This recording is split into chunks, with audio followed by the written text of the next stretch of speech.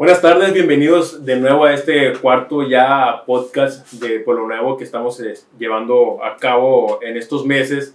Ahora con el mes de la municipalización aquí en el municipio de Navolato, que se celebra hoy en el mes de agosto, pues estamos de manteles largos porque al tener la presencia aquí de don Eduardo Burgueño, cronista de la ciudad, le podemos llamar así, o de qué municipio. Del municipio. Eduardo Burgueño Aguilar. Cronista del municipio. Bienvenido, don Eduardo. Es un gusto tenerlo aquí, la verdad. Muchas gracias. Llegué a casa de amigos. Digo, los Fuentes son familia entrañable para mí. Gracias, igual lo mismo. Yo no sabía que eran amigos usted y mi abuela, y ya cuando, incluso días hasta ahorita nos pusimos a platicar, le dije, Ana, va a venir don Eduardo. Eduardo va a venir, sí. Ah, caray, no sabía que eran amigos, sí, somos muy allegados, somos muy parte de la familia, amigo. Sí. Muchos años conociéndolo, que no sabía. Sí, que llegamos a vivir a Navolato, yo nací en Culiacán. Sí. La colonia Ejidal, donde nosotros vivíamos, donde yo nací, Pascual Orozco y Cuarta, la Orozco ahora se llama de otro modo, y la colonia Ejidal se llama Los Pinos. Sí. Un nombre horroroso le pusieron. Y la casa de nosotros era una calle y luego una manzana y luego enseguida una pila que el municipio ponía agua para que la gente usara agua, porque era, y de ahí para allá todo lo que ves en Nuevo Culiacán, todas esas lomas llenas de casas, era monte donde mi mamá, todos andábamos contando leña y todo eso. Entonces llegué a los 7 años a vivir en Navolato y llegamos a la Rosera, la colonia de la Rosera, que estaba en la orilla de la vía, no estaba allá donde está la colonia. A mí me tocó cambiarnos, porque ahí donde es la ley Juventud, esta de acá, ahí había un taller de la compañía azucarera, y con el paso del tiempo ya se volvió muy invasivo con las máquinas, los carros, todo. Entonces allá a aquel lado había una arrocera, procesaba arroz, sí, y la cerraron para pasar el taller para allá, y los que vivíamos un lado de la vía nos cambiaron para aquel lado, donde es la colonia de la Rosera. Por eso le quedó el nombre de la Rosera. Sí, así es, tomando lo de la fábrica, de la procesadora de arroz.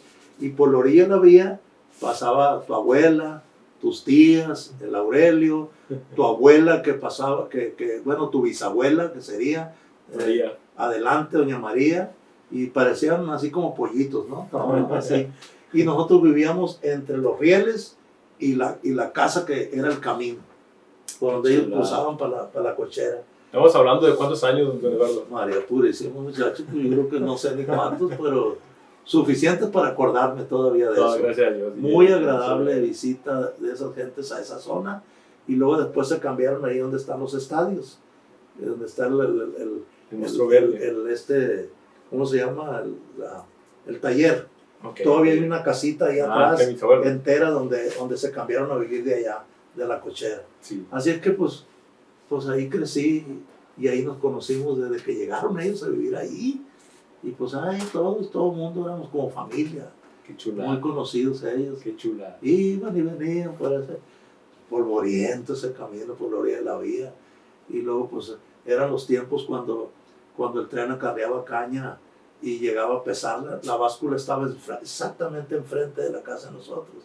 Así que comiendo caña de chamacos ahí, alrededor del ingenio. El ajo entre la privada, ¿no? Y bueno, pues ahí me crié, fíjate, en esa parte de Navolato, y ahí empezaron a aflorar mis inquietudes sociales. Pasaron muchas cosas que me trajeron a estos campos donde hoy me desempeño. Fíjese que eso es lo que queremos tocar, ¿no? Ver esa parte importante. ¿Cómo fue que usted se viene entregando de lleno al movimiento, ¿no? En la cuestión son muchos temas de lo que hay que hablar, ¿no? Pero yo quisiera retomar y ser objetivo con el tema de la municipalización. Tu pregunta, pero sí tengo que explicarlo porque, bueno, yo aparecí en esa lucha. De hecho, un libro que está listo, inédito, que tiene fotos y documentos que nadie conoce, pues está esperando que haya dinero para hacerlo. De hecho, ahí explico todo, porque un día de repente me puse a pensar, bueno, hay tantas cosas de estas, debo de registrarlas yo, claro, porque la memoria se agota, se gasta, Y un día tomé la máquina y me puse a escribir y me fui yendo y ahí está plasmado todo, porque ciertamente yo mismo pensé, ¿cómo llego a esta lucha? Entonces mucha gente dirá, bueno, pues de hecho tuve un papel protagónico en el cierre. Mi mujer me ha obligado a reconocer que en algún momento esa lucha pudo verse quedaba en el olvido si yo no le hubiera terqueado. Pero a mí me inspiraban otros compromisos que ahorita te explico.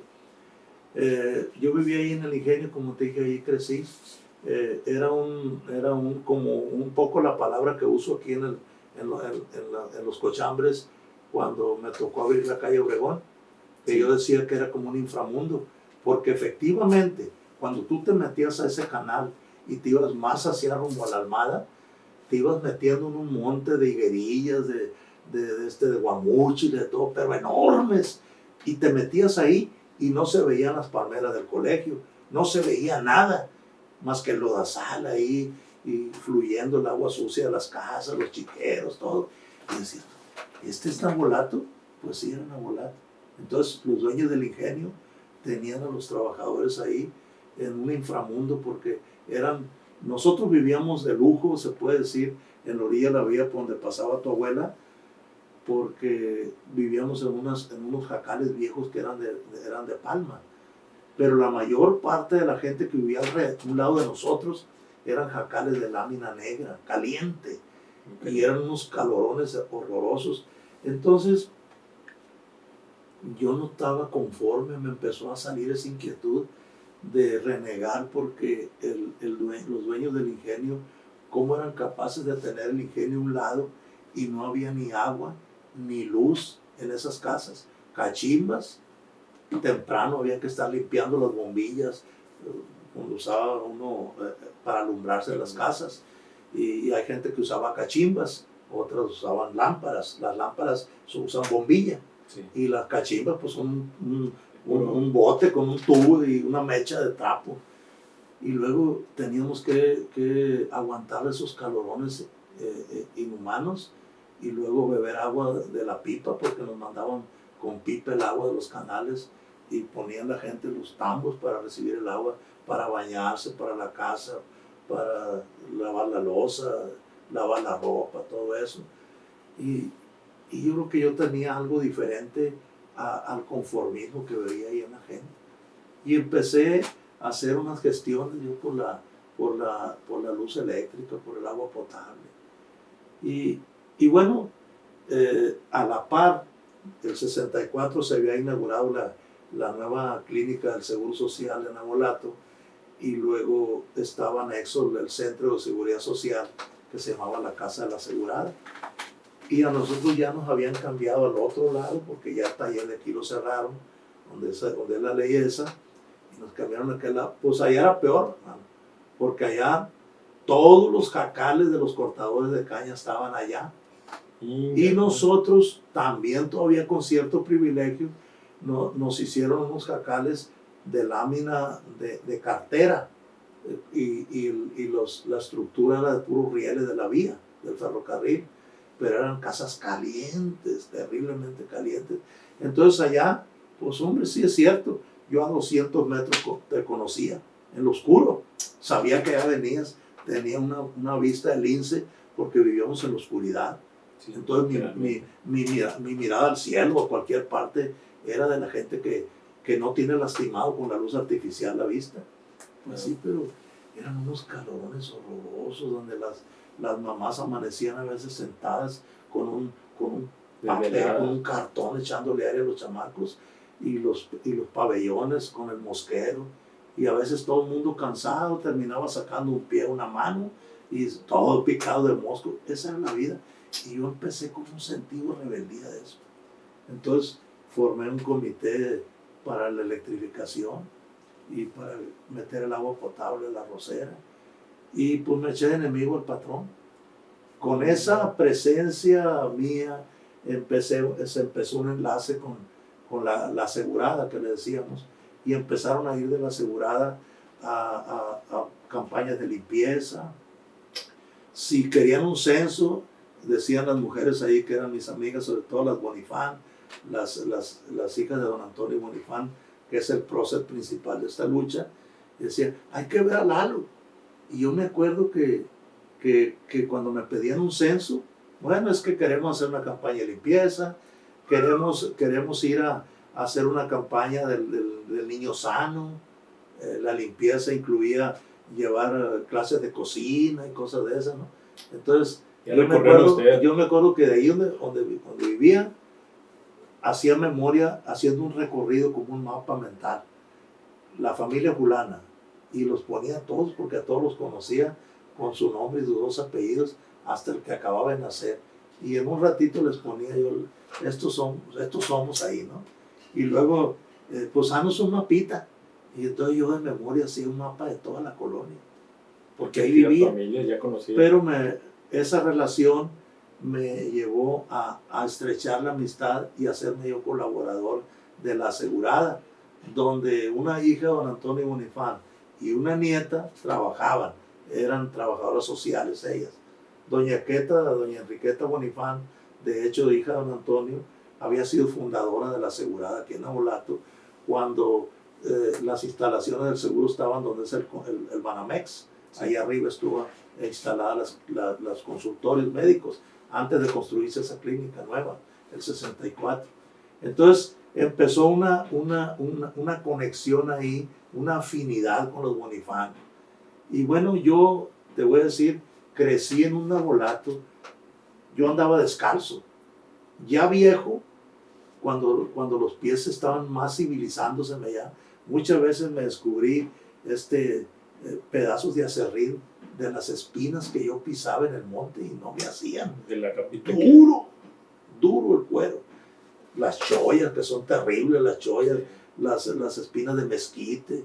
Y yo me acuerdo de cuando iba a la leña, porque en ese tiempo ir a la leña era lo más normal. Ahí donde es la 5 de febrero, donde va a ser este edificio feo de la nueva presidencia. Sí. La Juárez era un callejón y se sembraba caña a los dos lados. Y allá al mero fondo, donde hay un panteón de la San Martín, sí, allá había un monte que era la vía del trenecito que traía caña al ingenio en los años de los Armados. Y allá me iba la leña, yo me acuerdo. Solo todo, pero no te daba miedo. No te daba miedo. Era tranquilo. Entonces, así crecí.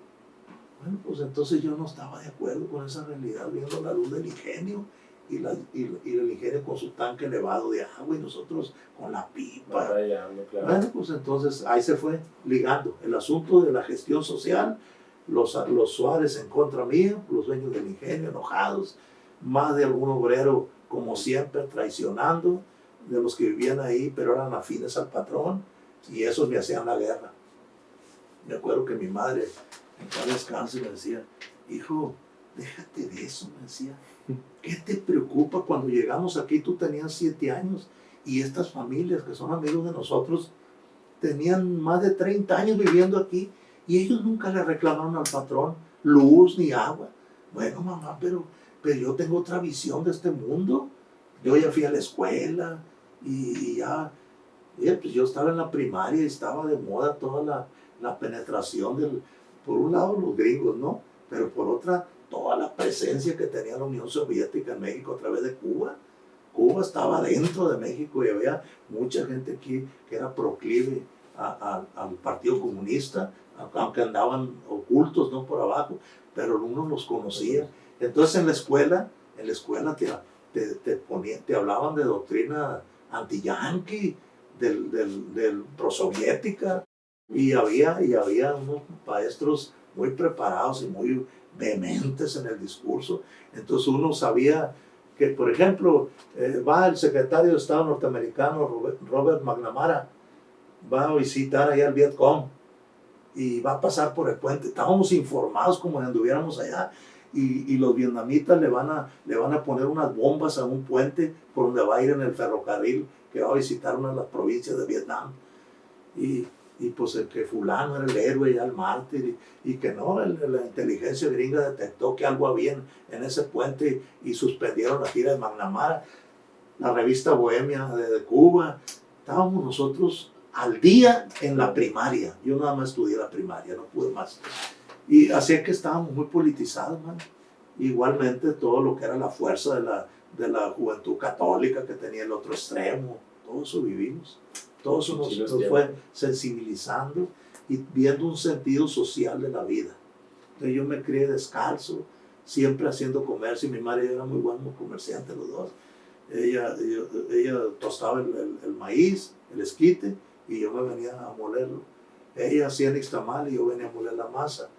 En mi bicicleta venía a ir por la Almada con los Leal y llevarme la barra de hielo en el mercado, a hacer compras, que la ciruela, que el tamarindo, que los colores, las esencias, para hacer los raspados. Y en la madrugada ella tenía abonados y yo ahí atizando la hornilla mientras mi mamá hacía los lonches.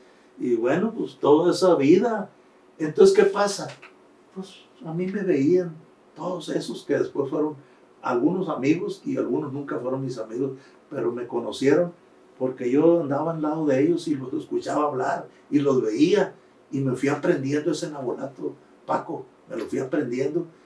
Así como andaba descalzo, yo iba y venía, sin inhibiciones, todo eso me fue transformando. Y luego ya que esa relación con las Bonifán, porque es capital que yo lo diga, ese es el puente, con las Bonifán, y un día fui a dar a la casa de ellas, ahí por la Morelos. ¿Te acuerdas dónde estaba la Emaús por ahí? Hubo un tiempo la Emaús por la Morelos. Sí. Y por ahí estaba la casa de ellos. Entonces ya fui a la casa, ya hubo más confianza, ya comí ahí algunas veces. Y ahí yo a don Antonio Bonifán, claro que lo conocía porque era una figura pública, claro, pero yo no tenía ninguna relación con él. Alguna vez, que yo estaba chamacón como de unos, ¿qué te diré? Unos 12 años, tuve algo que ver en la actividad de la política, temprano. Y alguna vez nos encontramos, don Antonio y yo, en esas vueltas junto con otras gentes, pero no pasaba de ahí. Allá no. Allá me empecé a dar cuenta de la pasión de don Antonio por la lucha del municipio. Y a pedirme él que lo acompañara yo a algunas de esas vueltas. Y a la par yo seguía con el esfuerzo que él tenía. Algunos amigos intelectuales que trabajaban en el ingenio, gente muy preparada, y algunos que vivían en el ingenio sí eran mis amigos. Y me acuerdo que en aquellos años era un privilegio leer una revista como la revista Siempre, no sé si la conozcas. No, es una revista de avanzada, sigue siendo. Ahorita la directora, que es hija del fundador, que me gustaría que búscala y lee. Ahí se escribían las plumas más fuertes de México, de las tendencias que tú quieras, de la derecha, de la izquierda, del centro, pero todo era gente de nivel. Entonces ese amigo tenía muy buen sueldo, él era jefe de las básculas del ingenio, y allá vivía en el ingenio. Me decía, Lalo, me decía, tú primero, y yo al fin de semana la leo. Así que yo estaba en contacto con las plumas más revolucionarias de este país, me iba nutriendo. Y como yo pues me declaro autodidacto, yo lo que tengo le puedo decirte que te lo debo a la lectura, leer, porque yo leía con cachimbas, yo no ocupaba la lámpara porque no teníamos. A la luz de la Entonces, un día, causa de esa revista, dije, bueno, y leía yo las cartas ahí de la gente que escribía. Y dije, un día yo voy a ir a México y voy a buscar esta revista.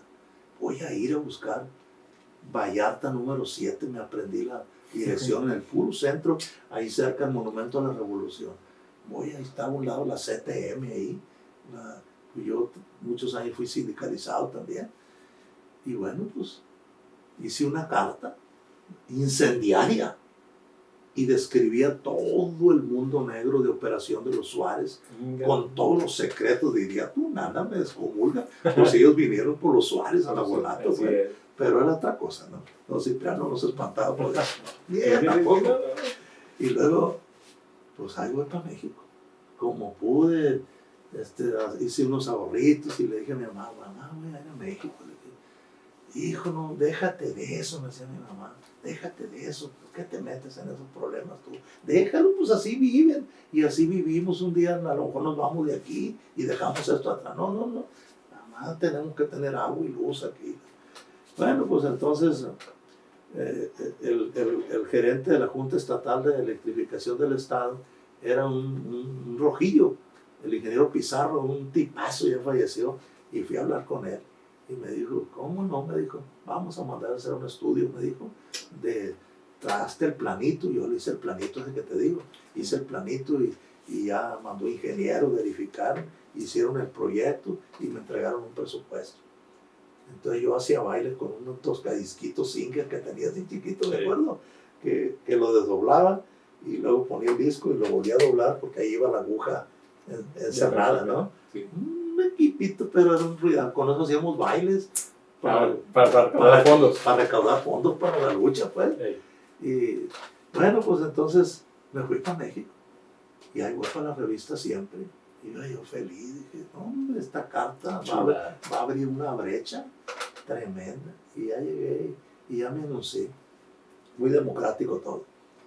Me dijo, él es el director, ¿quiere pasar con él? Sí, soy fulano tal, vengo de Sinaloa, quisiera ver. Estaba plebillo, hombre. Y pues ya me recibió. Estaba en una reunión con otros periodistas, unos tremendos. Y ahorita me acuerdo de Roberto Blanco Moeno, era un periodista de origen español que se había nacionalizado en México, pero era un señorón del periodismo. Gente de veras impresionante, la cultura y la valentía y los temas que tocaba. Y ya me presenté con el director de la revista Siempre y ya le dije de dónde iba y qué iba. Y me dijo, ¿y qué es lo que quieres publicar? Me dijo. Y ya saqué mi carta a mano. Me acuerdo que para que estuviera derechita era en hoja blanca, ¿no? Entonces yo ponía una regla y luego escribía sobre la regla y después le hacía la colita a la G o el palito a la Q para que se viera normal, ¿no? Sí, sí, sí. Y ya limpiecita mi carta y ya la vi. Caray, dijo, nada más que una cosa, me dijo. Esta carta no te la puedo publicar aquí, muchacho, me dijo. ¿Pero por qué? Le dije. Si esta revista, mire todo lo que aquí publican. Sí, me dijo, pero específicamente esta carta, porque don Manuel Suárez y Suárez, el dueño de todo el emporio azucarero, no nada más Nabolato, tenía ingenios en muchas partes del país, me dijo, escribe aquí en la revista. Pues yo no leo Manuel Suárez y Suárez aquí. Sí, pero él usa un seudónimo, dijo. Y pues lamentablemente no te lo puedo publicar porque es compañero de trabajo. Chinga tu rollo. Chinga, me cayó agua fría. Dije, ¿cómo es posible que este viejo, que es un símbolo del periodismo valiente, me diga eso? Pero escuchó Blanco Moeno. Muchacho, me dijo, no te preocupes, me dijo. Dame esa carta. Aparte que escribo aquí, me dijo, yo escribo en Novedades, un periódico de México, muy bueno, que todavía sigue. Me dijo, yo te voy a ceder, me dijo, mi lugar en tal fecha. Tal fecha, me dijo, va a aparecer tu carta en lugar de mi artículo. No, hombre, Paco. Encantado de la vida. No, hombre, Paco, llegué a Nabolato y era un incendio aquí. Todos los amantes del patrón, todos los que lamen la mano, estaban enojadísimos conmigo. Y pues ya había corrido la voz. ¿Por qué? Porque yo firmé la carta y dije dónde vivía. Y ahí se descubría una bola de chingaderas de los Suárez, de malas prácticas pues sociales en primer lugar. Cacales de lámina negra, aceitosa, piso de tierra, agua en la pipa, moscos, insalubridad, mucho abandono, independientemente de las jornadas terribles en el campo y mal pagados. Muy heroico, yo, pero de corazón, nada de que exhibicionismo ni que chingados, ¿no? Bueno, pues llegué a la casa y mi madre estaba llorando, porque un fulano ahí que cargaba la pipa, mi madre se llamaba Martina, y le dijo, oye Martina, le dijo, controla a Lalo, le dijo. Le dijo, un día va a amanecer con la panza verde en un drenaje. ¿Cómo es posible que se enfrente a don Miguel Ángel, que era el gerente del ingenio, Miguel Ángel? ¿Cómo es posible que hable esas cosas? Pues mi mamá estaba espantada. Y ya que llegué de México, ya me dijo, hijo, me dijo, por favor, me dijo, esto y esto otro, me dijo. Y son de esas cosas que extrañas, que te prenden muy profundamente. Yo creo que algo de eso hay que tener para algunas cosas que tienes que hacer en la vida. Y le dije a mi madre, en un terrible pecado, le dije, mamá, le dije, no llore, no llore, porque no me voy a dejar de esto, le dije. Por favor, no llore. Le voy contestando con esa frialdad. Y no paré. Entonces, pues ya seguimos con los Bonifán. Y luego entonces don Antonio me presentó a Paperini, que Paperini tenía una tienda que se llamaba Supertienda Paperini, una tienda departamental. Él era el concesionario del Calzados Canadá en Navolato. Él vendía el zapato Canadá. Yo creo que has oído hablar de ese zapato. Buenísimo. Se fabricaba en Guadalajara. Bueno, pues él tenía una tienda de ropa de aquellos años, muy elegante y todo eso. Pero él era un patriota italiano, que él venía de la lucha contra Benito Mussolini, de la liga entre Mussolini y los nazis, y él era de las guerrillas urbanas. Entonces, pero los empezó a acosar muy fuerte Benito Mussolini, que era el presidente de Italia y el gran dictador, y salieron huyendo él y varios. Sí. Y en esa huida llegó por Veracruz a México. Y entre brincos de estado a estado, negocio a negocio, porque era un gran empresario, llegó a Navolato. Y ahí se conocieron él y don Antonio Bonifán. Y como él traía el patriotismo, él abrazó la bandera de México y se entregó con una pasión. Bueno, se encontró a Bonifán. Bonifán primero, él invitó a Jesús Almada Salido, que era de los dueños del ingenio, y a pesar de ser de la élite de azucarera de aquellos años, pues se encontraron ellos y coincidieron. Y no obstante ese poder que tenía Jesús Almada, era parte del grupo con Bonifán, al que se agregó Paperini en esos años que llegó a Navolato. Se habla de una lucha que fue más de 50 años hasta 1982. En que ya se cerró esa etapa. Okay. Pero don Antonio la inició en 1928.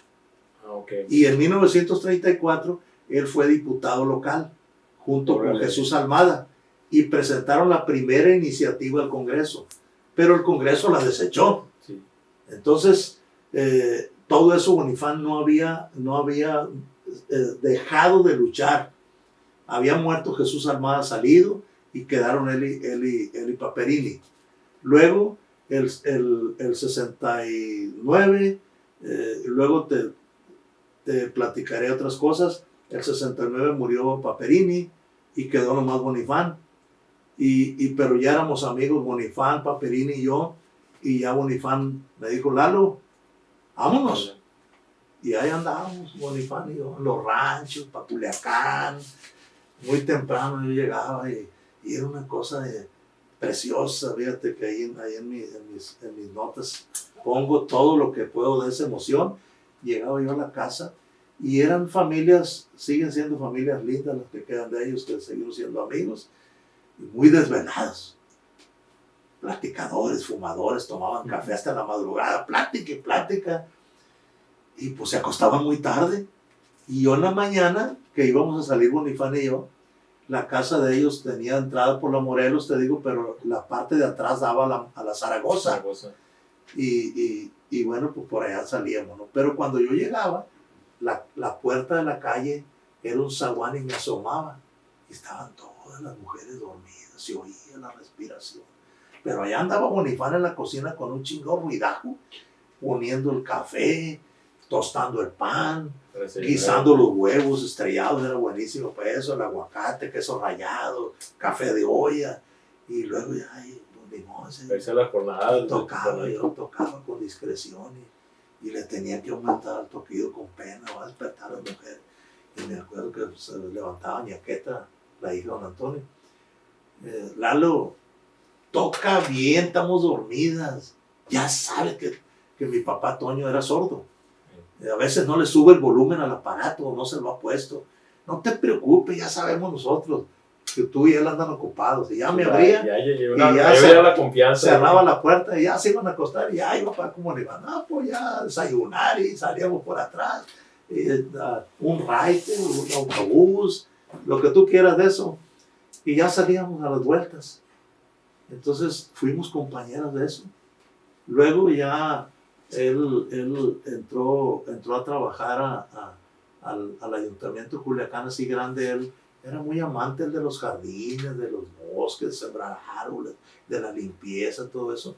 Y entró de presidente municipal de Culiacán el doctor Mariano Carlón, que muy chamaco, cuando don Antonio vivía en Los Mochis un tiempo, Carlón era un chamaco.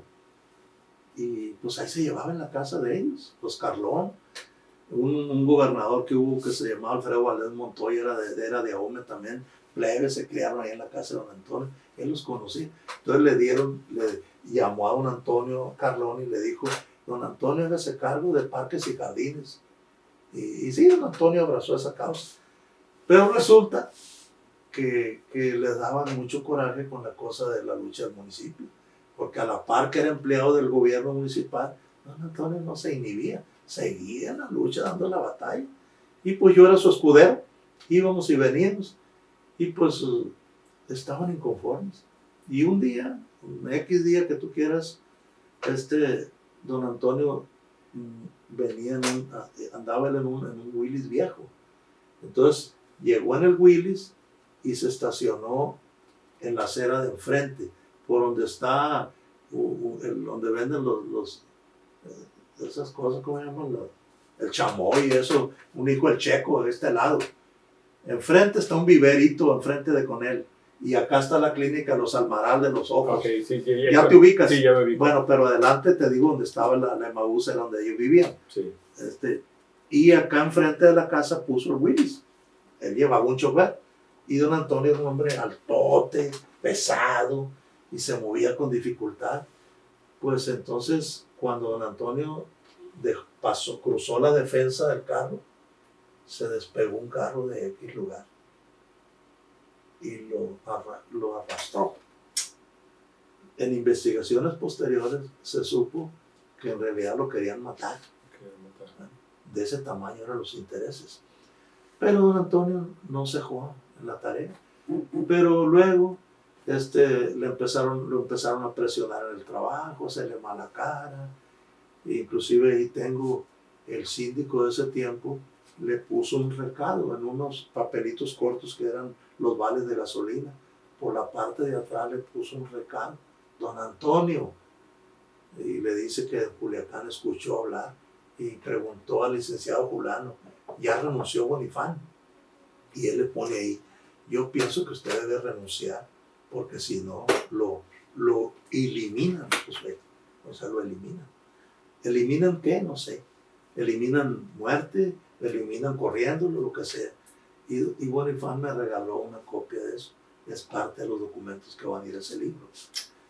Bueno, entonces, pues don Antonio vilipendiado ahí en el trabajo, ya más viejo, más triste. Entonces, para mejorar salarialmente, ellas, doña Queta y Ana María, su hija, deciden cambiarse a trabajar a Los Mochis. Piden su cambio al Centro de Seguridad de Los Mochis.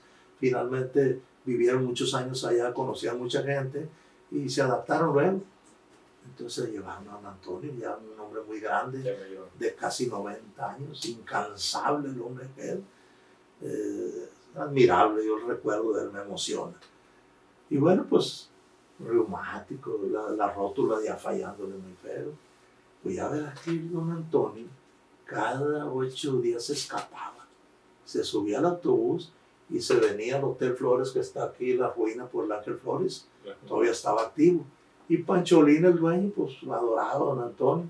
Llegaba y ya le tenía un cuarto y le ponía una empleada que lo ayudara ahí. Y luego me mandaba a decir con el Pancholín, díganle a Lalo que yo aquí estoy. Bueno, pues ahí voy y ya estaba don Antonio. Vámonos, Lalo, y al camino. Para los ranchos, para ver a alguien a Culiacán. Bueno, incansable. Y yo aprendiendo. y penetrándote más, compenetrándote. ¿Alguna vez pensaron de no ver luz de la lucha? De saber, bueno, con esa incógnita de que y seguimos mañana, o pensar si mañana se iba a dar algo, un cambio, se iba a decretar, no sé, la semana que entra. Nunca había cansancio, ni siquiera tiempo de pensar en el no. Puro para adelante, ni en el no, ni en el cuándo. Simplemente una pasión por esa lucha que se me fue metiendo en mí hasta lo más profundo de mi ser. Y pues don Antonio, te digo con todos los achaques, ¿no?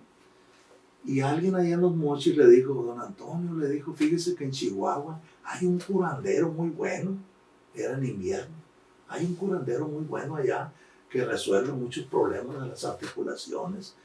Y le dijo, ¿por qué no va? Pero tenía que ir en una avioneta.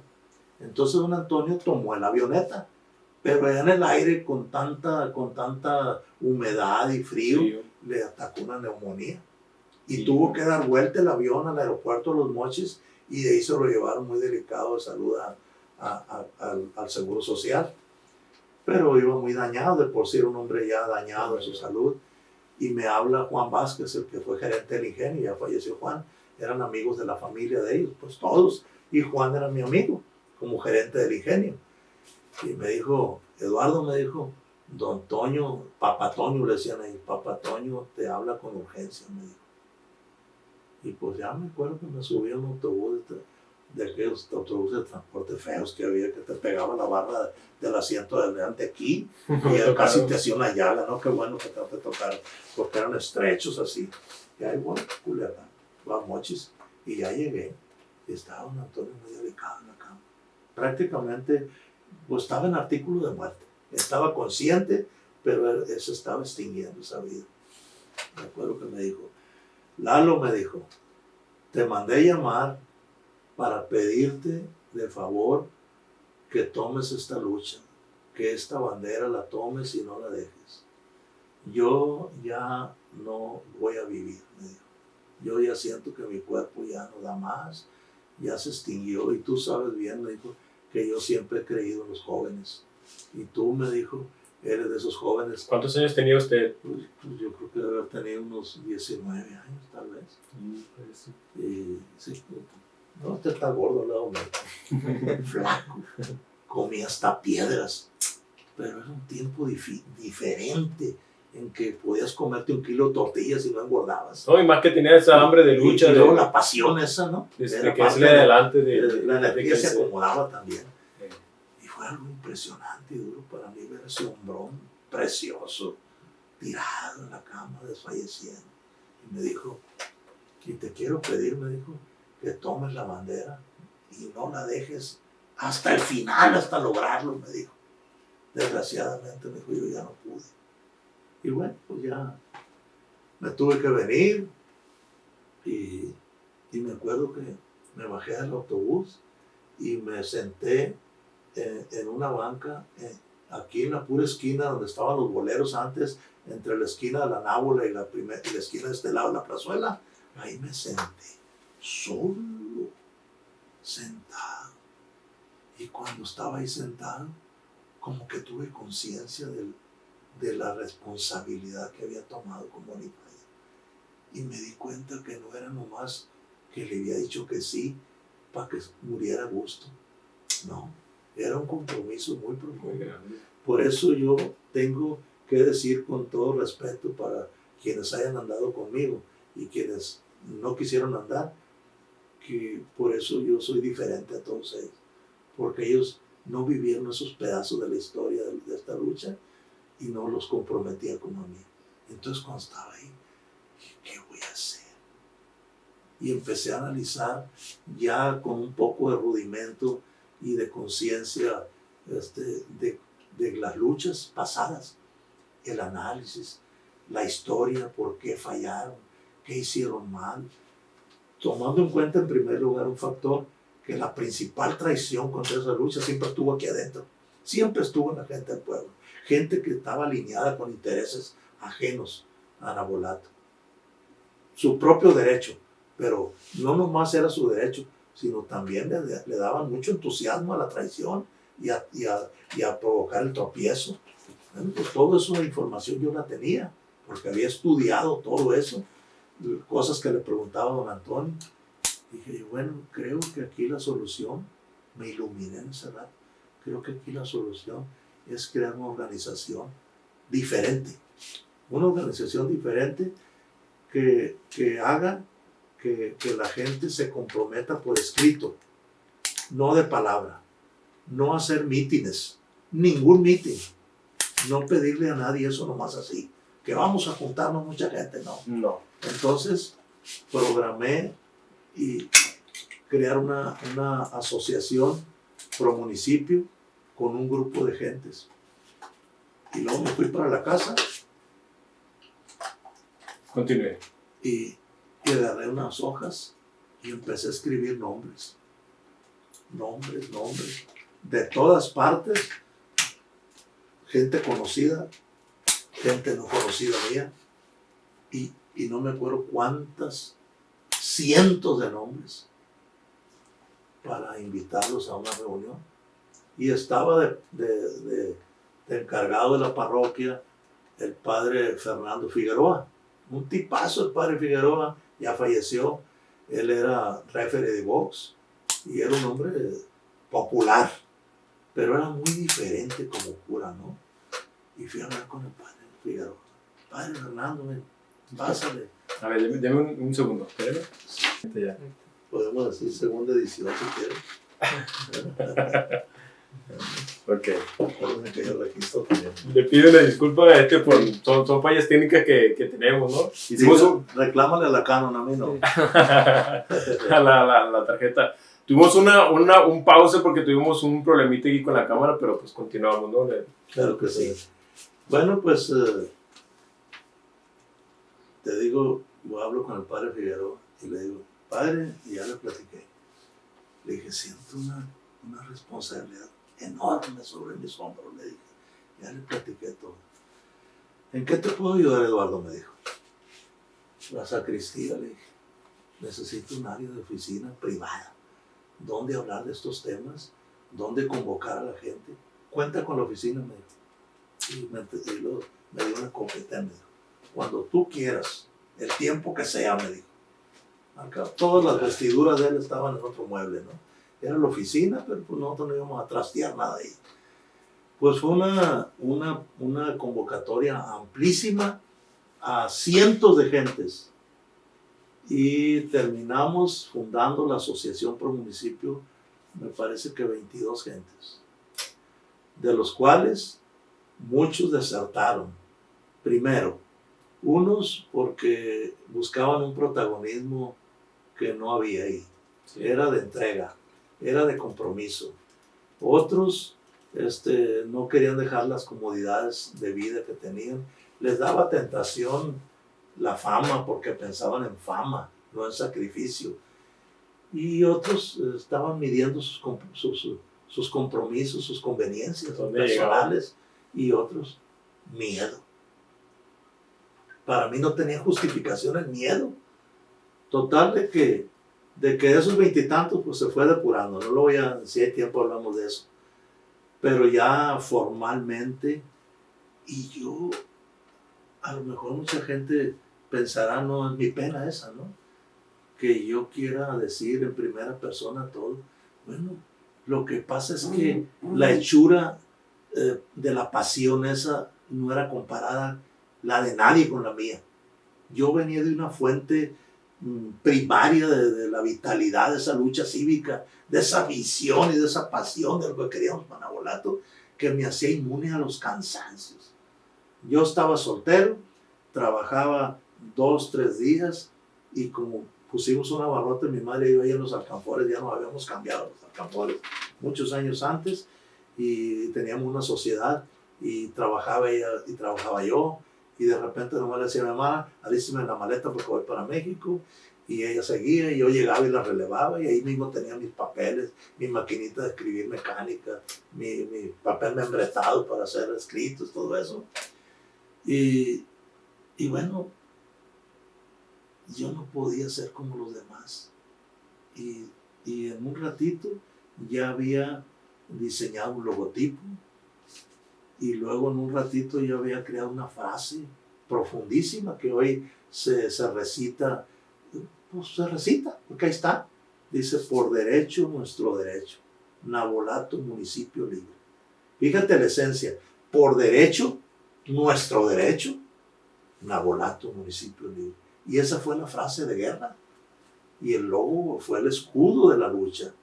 Y bueno, todo eso creí yo en un ratito. Todo eso. Entonces, yo suplía todas las ineficiencias, todas las traiciones, todos los cansancios, todos los rechazos, todas las hipocresías. Todo eso lo suplía con un entusiasmo, gracias a Dios, un entusiasmo que nunca cayó. A pesar de las privaciones, a pesar de que no había recursos que la mayor parte yo los ponía. Y luego entonces, ¿qué es lo que hice? Diseñé una forma de afiliación, le llamaba yo. Dije, bueno, el que quiera jalar, va a jalar por escrito. Nada de mítines, nada de bolones, ni nada. A ver, Paco Fuentes, ¿quieres impulsar la lucha por el municipio? Sí.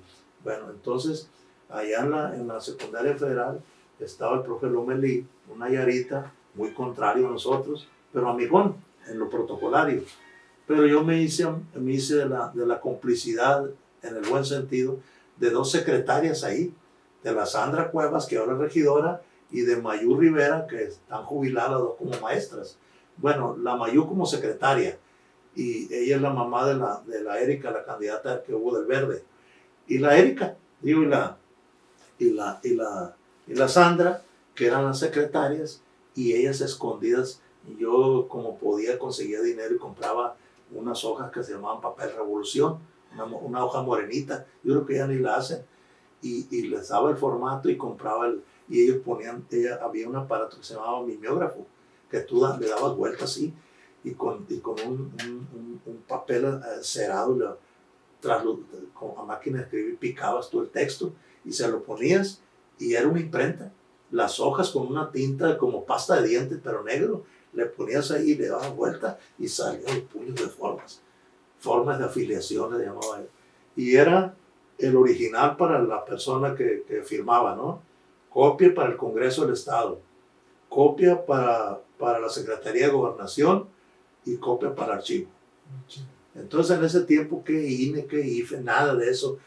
La boleta de votar era una boleta larga así y te ponían un sellito de goma donde decía votó y el año fulano. Entonces no había más que la identificación oficial, era una especie de credencial que daba Hacienda Federal, que le decíamos la cédula cuarta.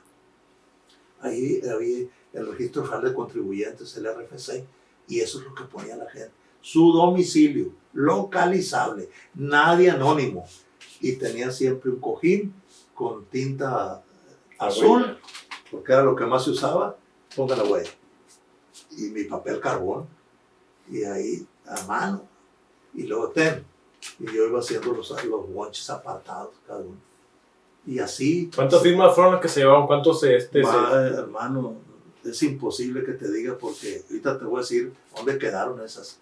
Cada quien se llevó la de ellos, ¿no? Sí. Yo, me acuerdo que junté cartones hueveros. Y aparte inventé otra forma para las organizaciones que quisieran afiliarse. Y no, pues olvídate, le tenían terror. Que ir al Club de Leones no quería ni oír hablar de eso. Y se ha beneficiado de la política el Club de Leones y que el otro y que el otro y que el sindicato fulano, la sección 15. No, hombre, Pancho Ramírez huía despavorido cuando nosotros le hablábamos de que se afiliara a la sección 15. Nadie quería. La sección 15 era la fuerza política de Navolato. Éntrale, Pancho. No. Yo no voy a andar en pendejadas, perdiendo el tiempo, quemándome todo. Ay, bueno, andan ustedes, porque ahí en los cafés de los flojos decían, mira, burgués, sí, huevón, ponerse a trabajar, ahí anda con esa chingadera. Y luego oías que decían, ¿cuándo se va a lograr eso si a Culiacán no le conviene? Pues si nunca le convenía, era natural eso. Así es. Allá viven los prohombres en Culiacán. Pero las grandes propiedades de tierras, el poder agrícola está aquí, siempre ha estado aquí. Bueno, pues entonces se fue acumulando todo eso. Y pasaron los años. Y yo como a la par andaba con otras inquietudes, Entre ellas, quería yo ampliar la zona del Obelisco en San Pedro. Entonces, cada tanto tiempo me bajaba en San Pedro, me iba al centro y agarraba todo el callejón para el Obelisco. Y el Obelisco era un solarcito como de 10 por 10, chiquito, pequeño era, con un cerquito metálico y una plaquita ahí. Y cada año, cuando iba a llegar el 22 de diciembre, ahí llegaban los de Culiacán y limpiaban y ya llegaba el gobernador y ponía la corona y se iban. Y otra vez el silencio. Hasta el otro año. Lo mismo. Entonces yo hablaba con las gentes ahí alrededor. Oye, que mire, abrir una calle para la carretera. No, me está loco, muchacho. ¿Cómo crees que voy a tumbar mi huerta yo para abrir un camino aquí? Si yo vivo de la venta de mango, de aguacate. Oiga, mire, yo oficiando misa cívica, pues. Sí, sí. Un día de esos, era como en invierno, muy temprano, ya se despejó la brisa y ya llegué ahí porque andaba buscando a unos agricultores a ver quiénes eran los dueños de los terrenos de un lado, porque me decían que X día, tales horas, venían de Culiacán a ver la tierra, y yo a eso iba, a ver si hablaba con uno de ellos. Cuando apareció un fulano ahí, que venía caminando, se paró un carro cerca de mí, y ahí viene para acá. Y bueno, pues no tenía yo miedo de nada. No andaba haciendo nada que considerara yo que me infundiera miedo. Pues era un conocido mío. Como yo fui muchos años miembro del sindicato azucarero y miembro de la CTM, fui militante sindicalista y él era muy mi amigo. Y en ese tiempo era el gobernador de Alfonso Calderón, un hombre de origen obrero, pero era un contrasentido que fuera gobernador con ese origen, porque odiaba a muerte la lucha por el municipio. Solamente 2 gobernadores odiaron esa lucha a muerte, que era Leopoldo Sánchez Ellis, que fue gobernador mucho antes, y luego él, que fue el gobernador antes de Toledo. Bueno, pues, Eduardo, qué pena, ya fulano, le dije, y nos abrazamos ahí en esa soledad de la campiña, pero con gusto de vernos. No me agradezcas la visita, hermano, me dijo. Fíjate qué pasa esto, me dijo, don Alfonso está muy molesto contigo, porque así le decían en la CTM, don Alfonso, como un gesto de respeto. Y pues aparte era el gobernador. Don Alfonso, me dijo, está muy enojado contigo. Conmigo, le dije, pues ¿qué le he hecho yo a don Alfonso fulano? Me dijo, es porque la lucha del municipio. Oye, pero yo no soy nomás, le dije, habemos varios. Pues sí, Eduardo, pero él sabe que tú eres la bujía principal, me dijo. Tiene la información política de lo que andas haciendo, me dijo. Y cargas prendida la mecha, me dijo. Y no te imaginas cuánto ha calado esto ya, me dijo, lo que tú cargas. Yo ni tiempo tuve de vanidad ni de darme cuenta. Oye, fulano, le dije, no, son exageraciones de don Alfonso. Le dije, no, me dijo, y ya ves cómo es de cabrón, me dijo. Don Alfonso, tú sabes, me dijo, que es de armas tomar, me dijo. Y sabes que llega hasta lo último, me dijo. Yo no te estoy juzgando, no te condeno, me dijo, pero soy el correo que él mandó, me dijo, porque sabe que tú y yo somos amigos. Bueno, fulano, y por favor, hermanito, me dijo, nunca vayas a decir que yo fui, me dijo.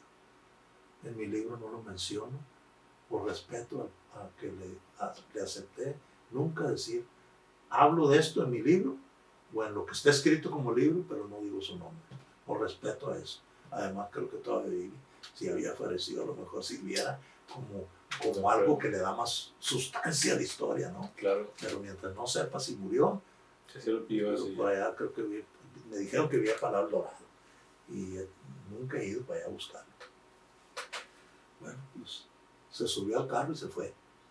Y se me olvidó esperar al agricultor que iba buscando. Se fue y di la vuelta. Y lo que haya tardado del Obelisco a pie hasta la plazuela y tomar la carretera para agarrar el camión para Navolato.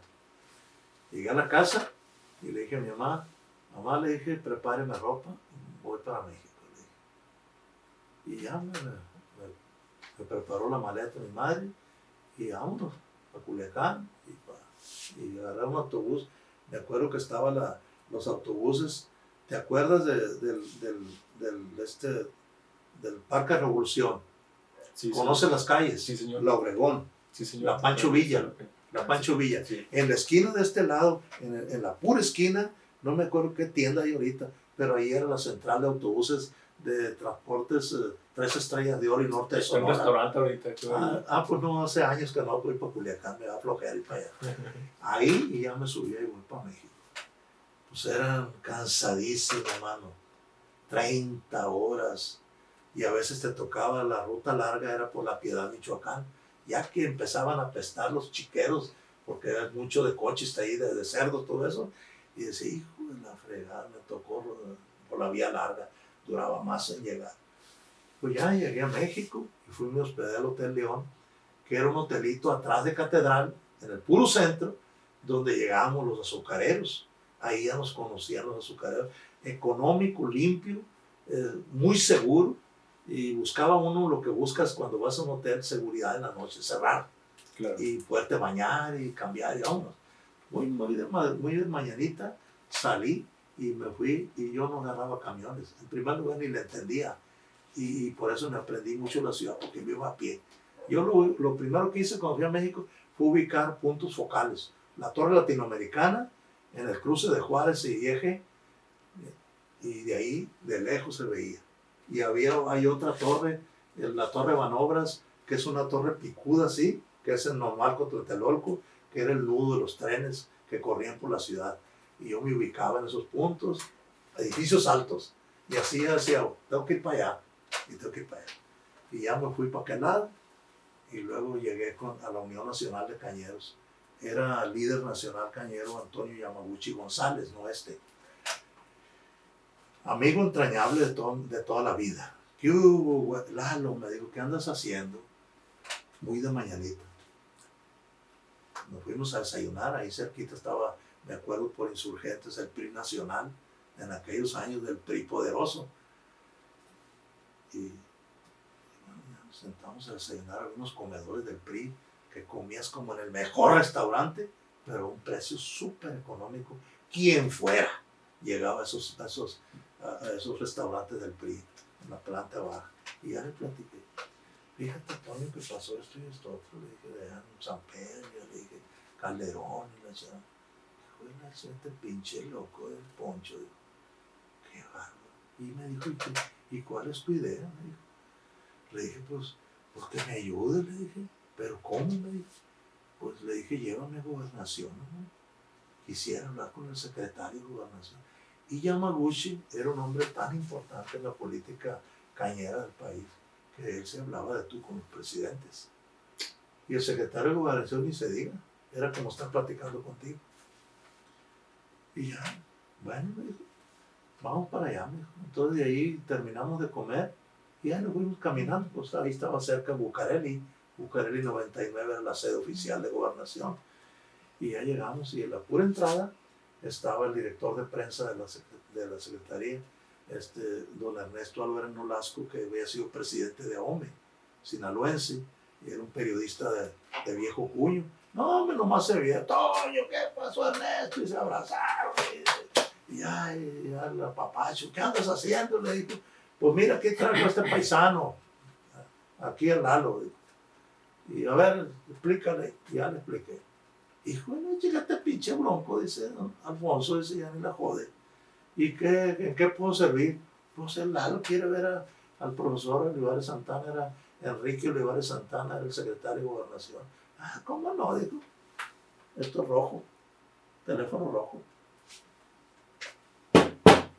Sonó ya. Y alguien le dijo algo a alguien. Ah, sí, cómo no, ahí van. Y entramos por el túnel, es un túnel especial, directo a la oficina del secretario. Y el secretario de la vieja guardia, muy preparado, politicazos, estaba parado ya en un escritorio precioso. Y en la política tú luego entiendes los mensajes. No te reciben sentado, eso es, el tiempo es rápido. Toño, igual que allá afuera, el abrazo y ¿en qué te puedo servir, Toño? Pues ya le dijo. Bien. A ver, muchacho, ya le expliqué al profesor, rapidito. Dice el profesor, se puso la mano en la cabeza y dice, este pinche bronco, dice, del Alfonso no aprenden, no va a aprender nunca este cabrón, dijo. Pues ¿y qué le hacen ustedes si la Constitución del Estado lo permite? La Constitución de México les da esa facultad al ciudadano de solicitar. No son terroristas. Muchacho, le dijo, no te preocupes por eso. Ahora te voy a contar en respuesta a algo que me dijiste. Y aplastó, se agarró el teléfono de la red y le aplastó y sonó allá donde haya sonado. Y dijo, que venga Abraham, dijo el secretario. Y ya apareció el tal Abraham. Se abre esa puerta y aparece Abraham. Abraham era Abraham Talavera Muñoz, director de investigaciones políticas y sociales de la Secretaría de Gobernación. Imagínate, por decir algo, una Gestapo oficial, ¿no? Claro. Con toda la red de la información. Muchacho me dijo, él va a ser tu contacto, me dijo. Y a ese cabrón déjamelo a mí, no te va a molestar ya, me dijo. Yo me encargo de él. Y ya, rápido, y luego a platicar con aquel. Y pues sabes que yo regresé porque en el camión, en el hotel, tenía un pinche puño de cartones hueveros llenos de firmas. De esos papeles que tú me preguntas. Sí, señor. Decía, copia a la Secretaría de Gobernación. Me llevé todo eso. Los entregó. Y le dije, mira, señor licenciado, aquí están las evidencias. Todo cual. El papel que agarre se puede ir a Nabolato, le dije, y dar con la gente que está firmando ese papel. No hemos hecho las cosas en el aire. No, esto es serio. Entonces, ya salimos de ahí y nos fuimos por ahí a dar la vuelta para su oficina. Y me dijo, era el presidente de la República, el presidente José López Portillo. Y don Antonio Toledo era secretario de la Reforma Agraria. Amigo de Toledo, el Toño.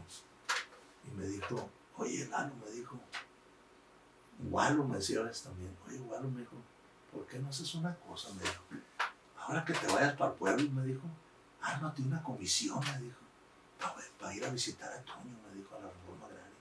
Está sonando para candidato, me dijo, para Sinaloa. No está por demás, me dijo, platicarle de esto que andan haciendo ustedes, me dijo. Ármate una comisioncita ya, no de poquita gente, yo sé que está muy caro todo.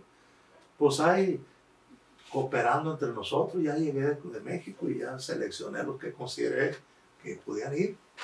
Y ahí vamos con México.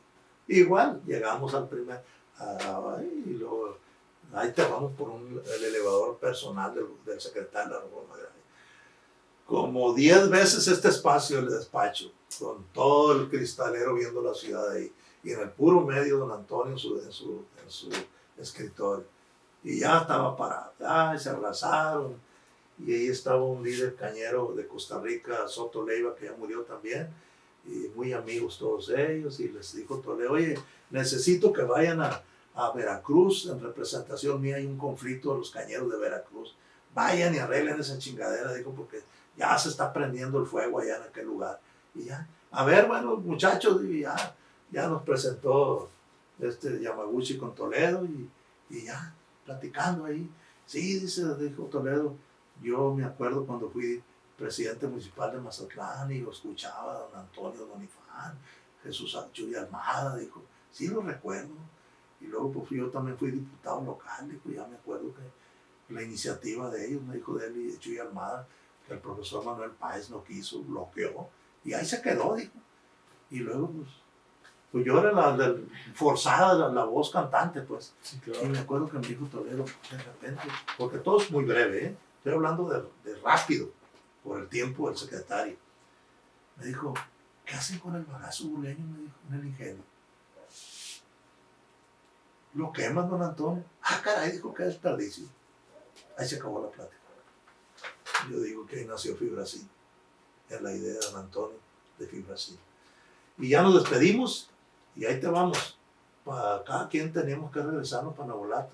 Y en una escapadita me dijo Toño, me dijo, cuando llegues a Nabolato, me dijo, organízate a regresarte. Me dijo, porque él y Toledo habían hablado solo, ¿verdad? Y me dijo, vamos a comer tú, Toño, tú y yo. Me dijo. Entonces, luego me regresé y comimos Toledo, Yamaguchi y yo. Y si Dios quiere, un día sale el libro, ahí vas a leer lo que platicamos.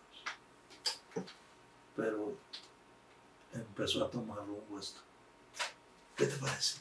Oh, sí, no, de hecho, toda la historia que te lo menciona ahorita aquí. Amigo, No, son cosas que chuladas, todo sí, riquísimo eso, la verdad. Y créanme que la gente, desgraciadamente ahorita los jóvenes no miran todo esto como parte de la cultura. Todo, yo lo siento cultural, yo lo siento. Es cultural. Todo esto es nutritivo, pues, cultural. ¿No? Uno ya sabe con rumbo a dónde vas, o sea, ya no te agarran verde, incluso ya sabes un momento para compartir de todo lo que fue la lucha y hasta dónde llegó, ¿no? Yo recuerdo, bueno, hasta donde yo sé, porque pues ya a mí no me tocaron esos tiempos, ¿no?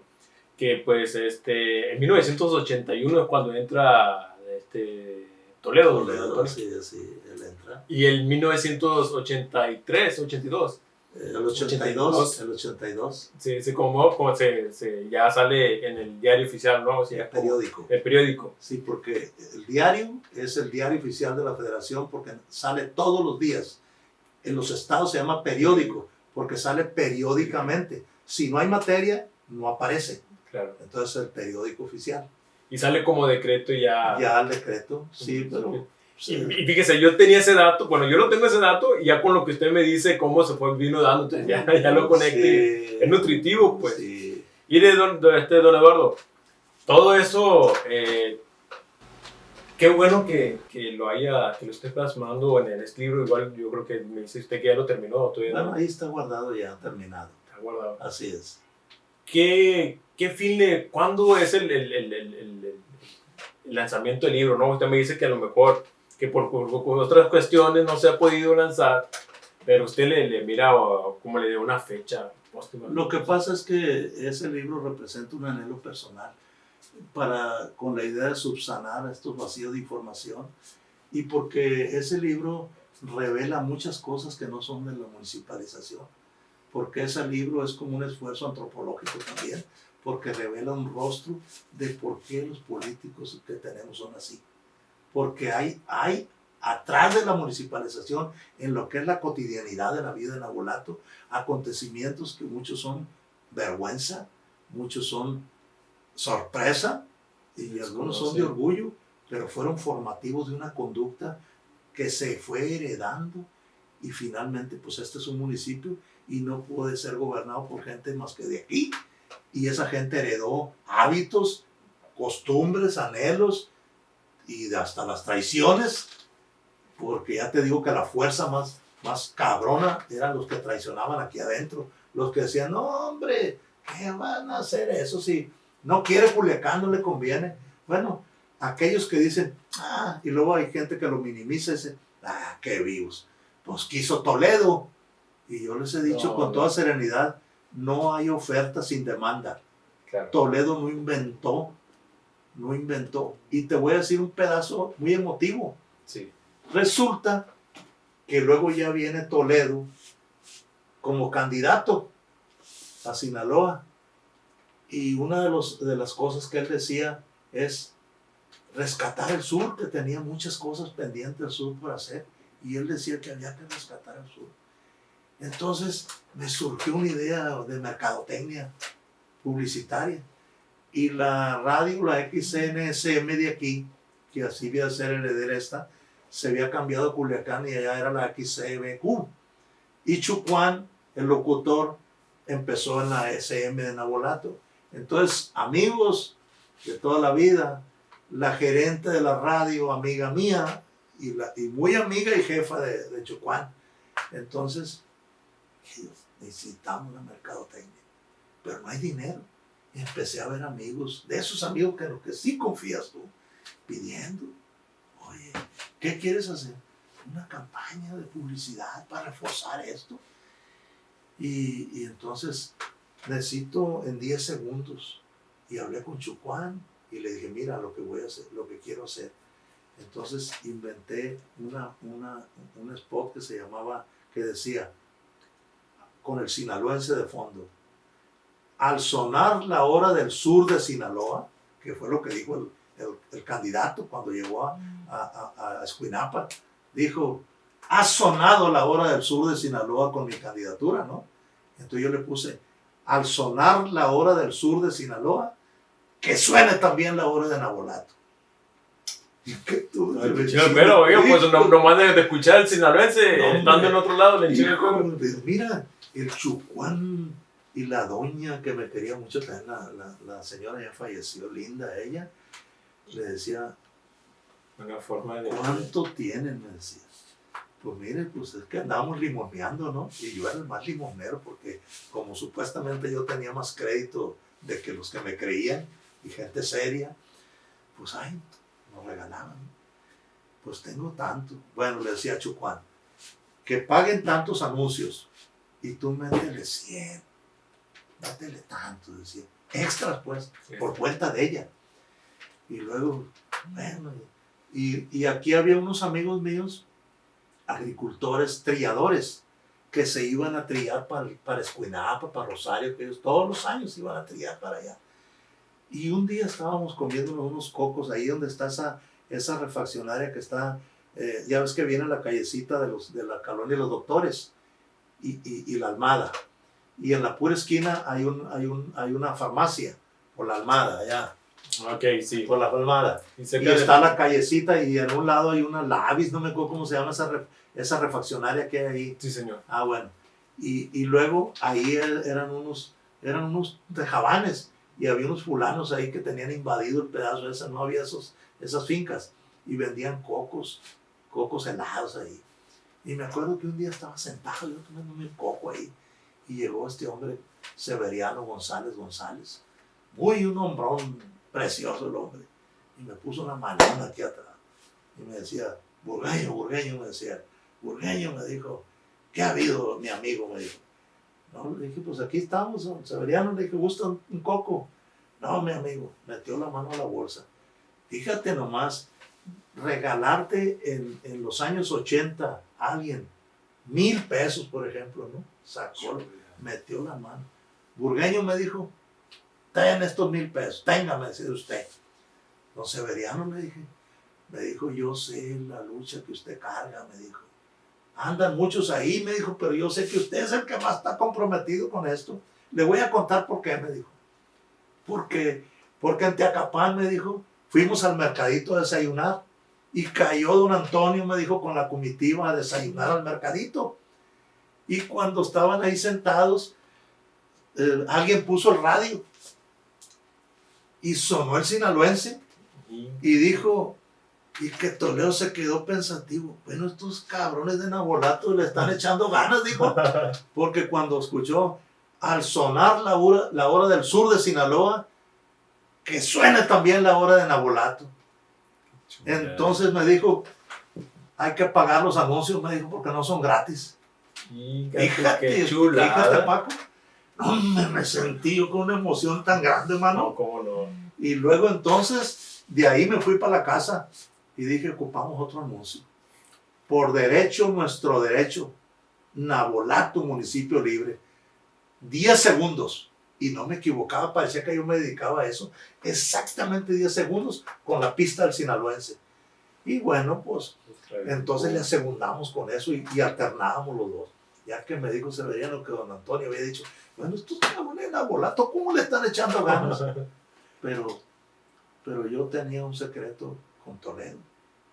Y yo de cuenta que yo no sabía nada, porque efectivamente no sabía nada. Pasaron casi los primeros 3 años de su gobierno, pero nosotros no le bajábamos.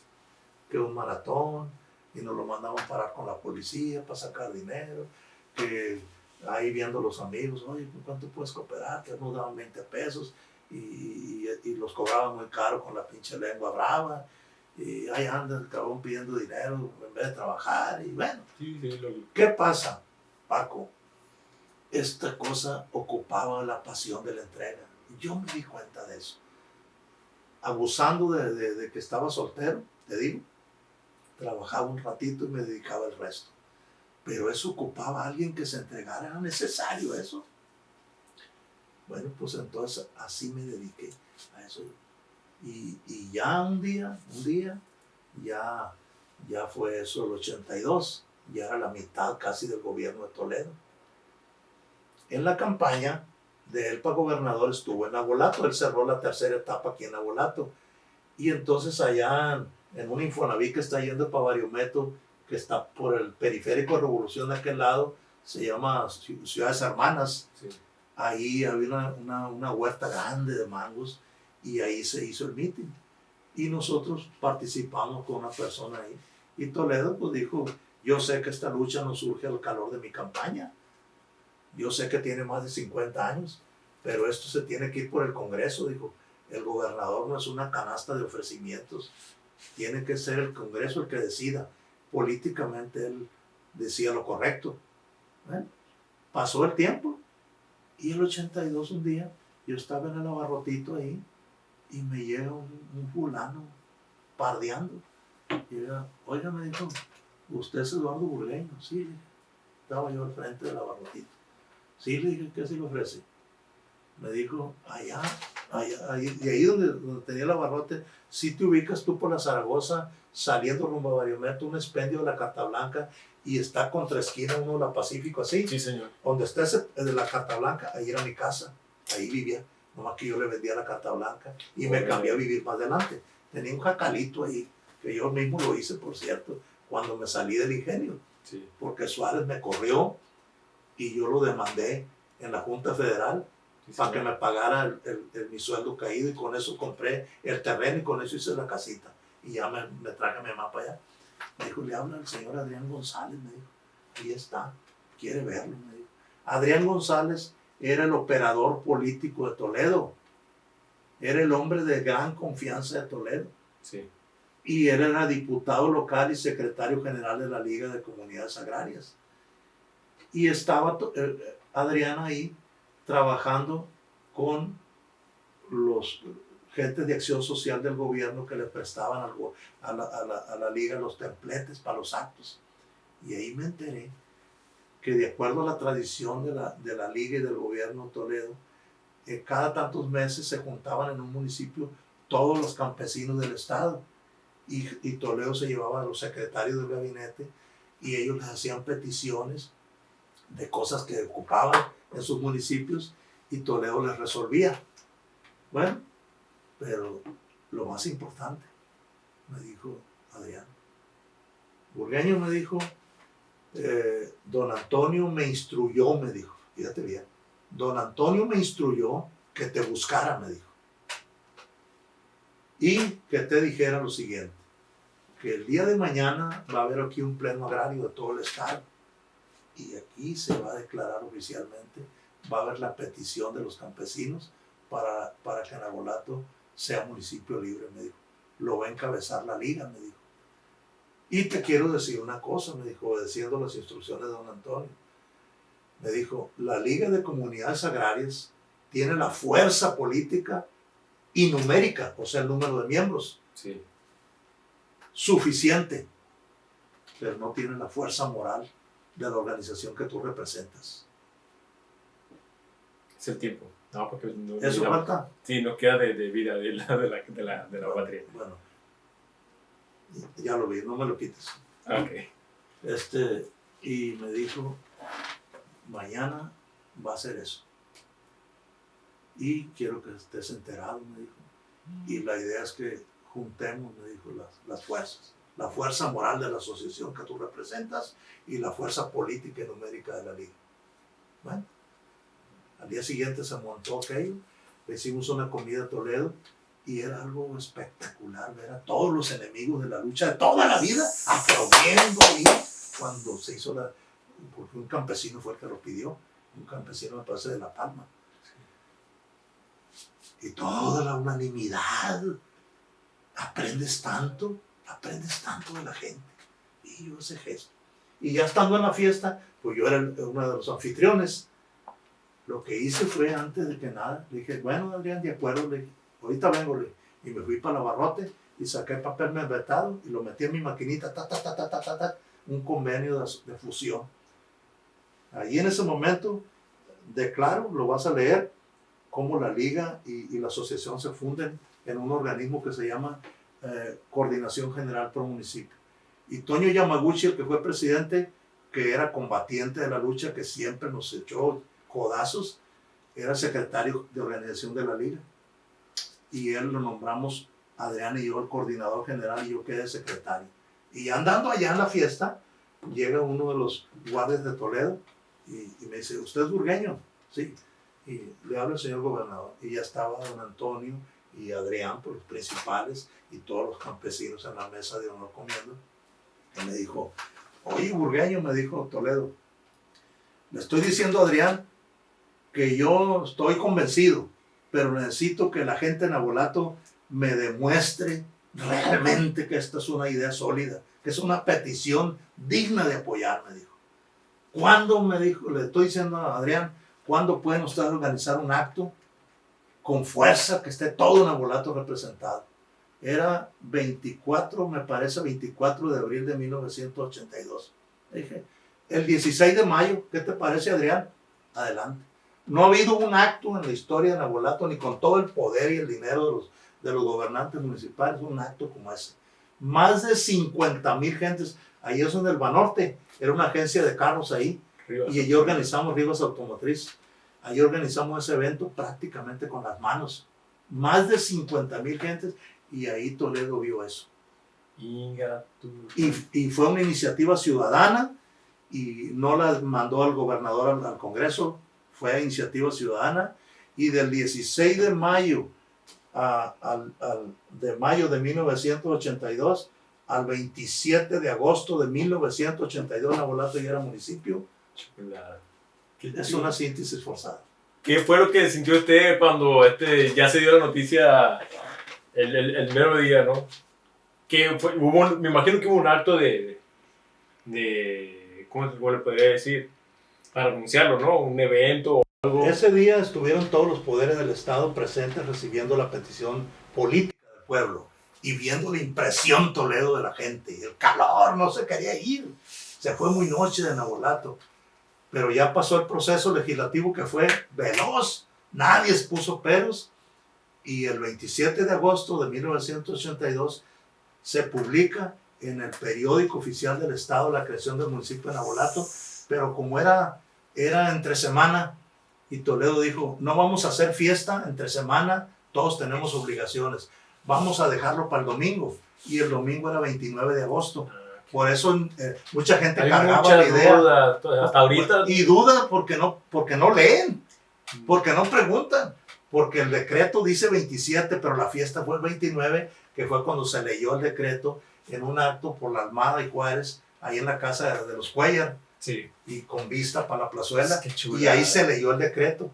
Es histórico decreto. No, sí, y ahorita que lo dice usted, yo no he peleado, no he discutido eso. De que bueno, ya yo conozco personas, amigos también de la familia, que me dicen, no, fue el 29, porque a ellos les tocó la fiesta. Me va a quedar tiempo para decir lo que voy a decir, para sí, cerrar. No, sí, adelante. Entonces, yo le voy a cerrar un poquito más.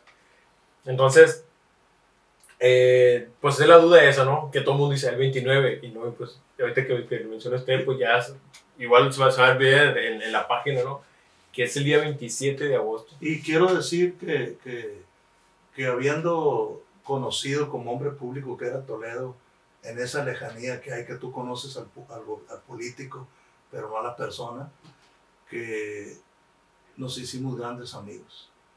Y pasaron muchos años, y en el 25 aniversario que le ofrecí una fiesta en Altata, cuando fui a Mazatlán a invitarlo, ya era viudo él, ya había muerto doña Estela, tomándonos un café en la sala, en el comedor. Don Antonio, le dije, quiero preguntarle una cosa que me he reservado, pero ya llegó el momento. Le dije, ¿qué momento fue cuando usted dijo que Navolato ya estaba listo? Me dijo, el 16 de mayo de 1900, así mira, el 16 de mayo de 1982, me dijo, al ver esa multitud, me dijo, hizo así, mira, y se le levantó el pelero, se me hizo como cuero de gallina, me dijo, y ese día dije, Navolato está listo, ya está listo, y lo demás tú ya lo conoces, me dijo. Eso fue esa revelación de él ese día a mi pregunta. Y quiero cerrar esta charla declarándola empezada contigo, porque este tema tiene otras cosas que yo quisiera que tú supieras como primicia antes que nadie, que he cerrado un ciclo de mi vida en la tarea del cronista. Y estoy más allá de las cosas de la política. Octubre cierra un ciclo para mí. Yo fui nombrado en 1994 por el Cabildo como cronista vitalicio, pero yo siento que ha llegado una etapa que cierra y pienso retirar. Ya le solicité al Cabildo, ya hablé con el presidente que si merezco ser jubilado, que me jubilen, y si no, de todos modos. Ya entrando esta muchacha, si ella quiere que le ayudemos con cosas de Nabolato, porque modestia aparte creo que acumulo una experiencia, anduve a pie al municipio. Sí. Cuando anduvimos haciendo los estudios, mucha información y muchos proyectos que ocupa este pueblo, creo que tengo mucha información, pero yo como cronista pienso que en octubre 31, aunque se cierre este gobierno, se cierra también para mí un ciclo, y quise anunciarlo hoy en tu espacio, que yo estoy preparando todo, buscando quién quiere recibir mi biblioteca, quién quiere esos libros, a los que yo tanto le debo. Es una responsabilidad muy grande, don Eduardo, porque no es cosa cualquiera. No es cosa del otro mundo. No. Oiga, pues es tantos años de historia que se ha venido llevando, ¿no? Y incluso no exactamente como usted lo menciona, un tema de la municipalización nada más. Son temas que atrás, como dice usted, para uno son sorpresa. Hay eventos que no se conocen, no se conocieron. Otros que para lo mejor nos va a dar vergüenza. Y esa es la causa, ¿no? De la que Nabolato ha pagado muy caro a costa de eso, de que la gente nos haga falta un poco de historia, un poco de conocimiento de todo. Pues ya hemos pagado en muchas, no voy a mencionar presidentes municipales, pero pues las ocurrencias, ¿no? de ellos, y por estar a falta de historia, pues, por no anhelar, no querer, no cuidar lo que nosotros somos como municipio, ¿no? Que a algunos nos duele mucho, porque a lo mejor estamos más nutridos que otros, ¿no? En eso, en la historia, ¿no? Ahorita que usted lo menciona, miré una página en Facebook, la página de Fotem. Ahí esta página pues es sobre fotografías, de lo que estamos viendo en los archivos. Pues si tú le diste ahí, dice fotos, datos, conversatorio. Fotos, datos, documentos, conversatorio. Es la página que yo siempre quise ver. Una página de información muy precisa, documentos, fotos fehacientes con valor histórico, pero no chacoteo. Chacoteo no. Y tú estás viendo ahí, porque inclusive las fotos se llevan un buen trabajo de edición, prepararlas para que sean estéticas también. Y ese sí es un proyecto personal que tenía muchos años esperando. No he tenido los recursos, pero tengo cartones de papeles. 5,000 negativos fotográficos en blanco y negro de 35 milímetros, esperando tener un día dinero para comprar el escáner fotográfico, para trasladar, ¿te imaginas tú 5,000 fotografías que salgan de esos negativos? Simplemente el puente Nuevo Altata, que me cabé 4 cámaras, 5,000 fotografías, porque yo quería saber cómo se hace un puente en el mar, y tomé diario 5,000 fotografías de todo el proceso, desde el manglar hasta la brecha y hasta que empiezan a hacer cómo se hace un puente. Qué chulada. Oiga, entonces Fotem es eso. ¿Cómo le buscan en Facebook? Fotem. El estadio de juventud, el de béisbol y el de fútbol, pues me tocó. Yo fui director de obras públicas un tiempecito, ayudándole a Yamaguchi. Bueno, pues ahí están. La Colonia 71 era director yo también. Oiga. Tengo las fotos del estadio. Voy a empezar a publicar fotos inéditas cuando se anda haciendo el estadio. No, oye, pues a mí me impactó aquí por la calle Obregón, el antes y después de la Colonia Pueblo Nuevo. Ya que nuestro amigo Ramón Jacobo, ¿no? Le mandamos un saludo a Ramón. Que Ramón, hizo la chamba, ¿no? Del antes y el después, sí, ¿no? Sí. Que, o sea, las cosas adquiere una otra dimensión ya cuando comparas eso, ¿no? Claro. Pero la verdad, yo me siento emocionado, ¿eh? Sí, ¿no? Emocionado porque, pues, la verdad que llevo no sé cuántas calles he abierto, no te imaginas, caminos en todo el municipio y calles, he abierto un puño, porque los caminos son progreso. Claro. Son progreso. Claro. Pues, don Eduardo, pues, le agradezco de haber estado, pues, ¿cómo le diré? Engalanando este capítulo de los podcasts de Pueblo Nuevo, ¿no? Otro invitado de historia, no creo que tengamos, yo creo que va a ser el único y especial de aquí, ¿no? Y pues le agradecemos, la verdad. Ese pecado. Se lo dedico a Anita, mi querida amiga, de toda la vida, tu abuela. Muchas Le gracias. dedico a ella esto. Le dedico a don Cipriano, su padre, a Alicia, a mi general Neri, que se incorporó a nuestra vida cuando él llegó aquí a Nabolato, antes de casarse con la Alicia, la Petra, la Tula, que tuvo una muerte triste, pero era una mujerona, pocas mujeres tan lindas. ¿Te he hablado de la Tula? Sí, claro. Una mujer preciosa. Sí.